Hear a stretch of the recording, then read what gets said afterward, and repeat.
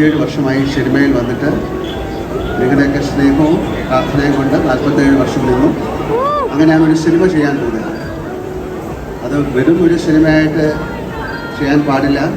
തീർച്ചയായിട്ടും നമ്മൾ 47 വർഷം നമ്മൾ നിന്ന ഇൻഡസ്ട്രിക്ക് എന്തെങ്കിലും ഒരു ട്രിബ്യൂട്ട് പോലെ ചെയ്യണമെന്ന് എഴുതിയിട്ടാണ്.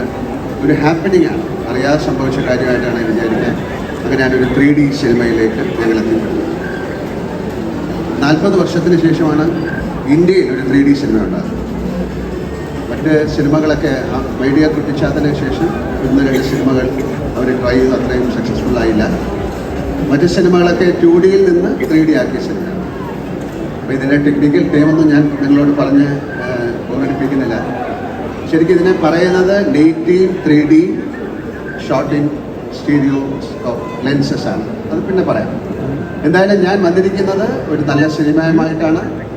ഒരു ചിൽഡ്രൻ ഫ്രണ്ട്ലി ഫിലിമാണ്. ഫാമിലിക്ക് എല്ലാവർക്കും ഒരുമിച്ച് കാണാവുന്ന ഒരു സിനിമയാണ്.